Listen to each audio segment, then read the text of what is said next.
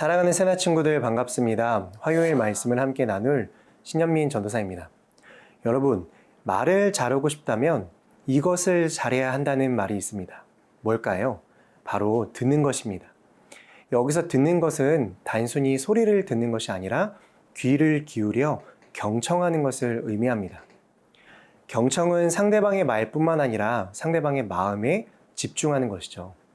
그런데 우리가 전하는 복음도 이와 같습니다. 하나님은 우리를 복음 전도자로 부르셨는데 이 복음을 잘 전하기 위해서는 무엇보다 하나님의 말씀, 하나님의 음성에 먼저 귀 기울여야 합니다. 우리 세나 친구들은 언제나 하나님의 말씀을 들을 준비가 되어 있나요? 또 들은 것을 그대로 전할 준비가 되어 있나요? 오늘 살펴볼 주제는 들을 준비, 말할 준비입니다. 함께 본문 말씀 읽어보겠습니다. 오늘의 말씀은 사도행전 25장 13절에서 27절입니다. 며칠 뒤 아그리빠 왕과 버니게가 베스도에게 문안하러 가이사랴에 도착했습니다.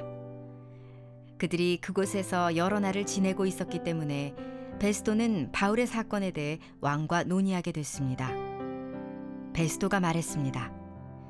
이곳에 벨릭스가 죄수로 가둬놓은 사람이 있는데 내가 예루살렘에 갔을 때 대제사장들과 유대 장로들이 그를 고소하고 유죄 판결을 내려달라고 청원했습니다. 고소인들과 맞닥뜨려 그 고소한 내용에 대해 스스로 변호할 기회를 갖기 전까지는 어느 누구든 넘겨주는 것이 로마 관례가 아니라고 설명해 주었습니다. 그래서 그들이 나와 함께 여기 오게 됐고 나는 그 사건을 연기하지 않고 바로 그 다음 날 법정을 열어 그 사람을 데려오게 했습니다. 그러자 고소인들이 일어나서 말했는데 그들이 고소한 것은 내가 짐작했던 죄가 아니었습니다. 그들의 논쟁거리는 그저 그들의 종교와 예수라고 하는 죽은 사람에 대한 것이었습니다. 바울은 예수가 다시 살았다고 주장하고 있었습니다. 나는 이 사건을 어떻게 해결할까 망설이다가 그에게 예루살렘으로 가서 이 고소에 대해 재판받을 마음이 있냐고 물어보았습니다. 그랬더니 바울은 로마 황제의 판결을 받겠다고 상소해서 내가 그를 황제께 보낼 때까지 붙들어 두라고 명령했습니다. 그러자 아그리빠가 베스도에게 말했습니다. 내가 직접 그 사람의 말을 들어보고 싶습니다. 그러자 베스도는 내일 한번 들어보십시오 라고 대답했습니다. 이튿날 아그리빠와 버니게가 위엄 있게 차려입고 와서 높은 관료들과 그 도시의 지도자들과 함께 재판정으로 들어갔습니다. 베스도의 명령에 바울이 들어왔습니다. 베스도가 말했습니다. 아그리빠 왕이여, 그리고 우리와 함께 여기 참석한 모든 분들이여, 이 사람을 보십시오. 예루살렘에서 또 여기 가이사랴에서 모든 유대 사람들이 그를 살려둬서는 안 된다고 외치며 내게 탄원했습니다. 내가 살펴보니 그가 사형받을 만한 일을 한 적이 없습니다. 그런데 그가 로마 황제께 상소하겠다고 해서 내가 그를 로마에 보내기로 결정했습니다. 그러나 그에 대해 황제께 확실하게 써보낼 말이 없기 때문에 여러분 모두 앞에, 특별히 아그리빠 왕 앞에 이 사람을 데려온 것이니 이번 조사의 결과로 뭔가 상소할 것이 생기지 않을까 합니다. 고소 내용도 구체적으로 명기하지 않고 죄수를 보내는 것은 상식 밖에 일이기 때문입니다.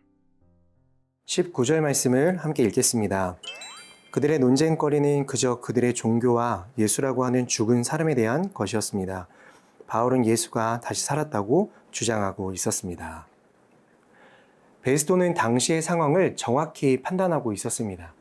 그는 사도 바울의 주장의 핵심이 예수라고 하는 사람이 죽었다가 다시 살아났다고 하는 것임을 알았습니다. 하지만 베스도의 이 말 속에는 어떤 감격도 느껴지지 않습니다. 단지 사실만을 차갑게 보도하고 있을 뿐입니다. 사도 바울이나 베스도나 복음의 핵심을 아는 것에서는 별 차이가 없었습니다. 하지만 사도 바울과 베스도의 사이에 결정적인 차이가 있었습니다. 예수님의 부활을 말할 때에 사도 바울은 무덤덤했던 적이 없었습니다. 예수님의 부활을 말할 때 바울에게는 피가 솟아오르는 감격이 있었습니다. 영혼에 뜨거운 떨림이 있었어요. 왜 그랬을까요? 바울은 부활하신 예수님을 직접 만났기 때문입니다. 예수님의 음성을 직접 들었기 때문이죠. 이 만남, 이 체험이 있기 전까지 바울 역시 그리스도인들이 예수님의 부활을 말하면 미친 짓으로 취급했습니다.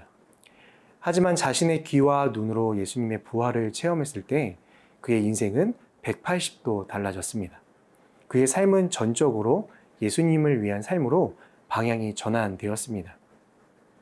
예수님의 부활을 전하지 않고는 견딜 수가 없게 된 것이죠. 그렇기에 복음을 전하다가 매를 맞아도 그 일을 중단할 수 없었고 옥에 갇혀도 원망하지 않았습니다. 도리어 감사했습니다. 따라서 그의 생애도 위대하게 변하게 되었습니다. 사랑하는 새나 친구들, 이처럼 성도에게 있어서 예수님을 체험한다는 것은 성경을 아는 지식, 그보다도 더 중요한 것입니다. 우리는 예수님을 체험해야 합니다. 당연히 우리가 눈으로 직접 예수님을 볼 수는 없지만 내 심령에 찾아오셔서 내 이름을 불러주시고 세밀한 음성으로 나에게 말씀하시는 그 예수님을 만나야 합니다. 그러면 우리의 인생도 바울처럼 또 예수님의 제자들처럼 달라질 수밖에 없습니다. 예수님의 제자였던 베드로, 안드레, 야고보 등 그들은 그렇게 지식이 많은 사람들이 아니었습니다. 그러나 그들은 예수님을 직접 보았고 만졌고 대화했습니다. 예수님을 위해 일생을 헌신하고 또 마지막에 순교까지 할 수 있었던 것도 바로 이와 같은 직접적인 체험 때문이었습니다. 오늘도 나를 찾아오시는 예수님과의 깊은 만남, 뜨거운 체험이 여러분에게 있기를 축복합니다.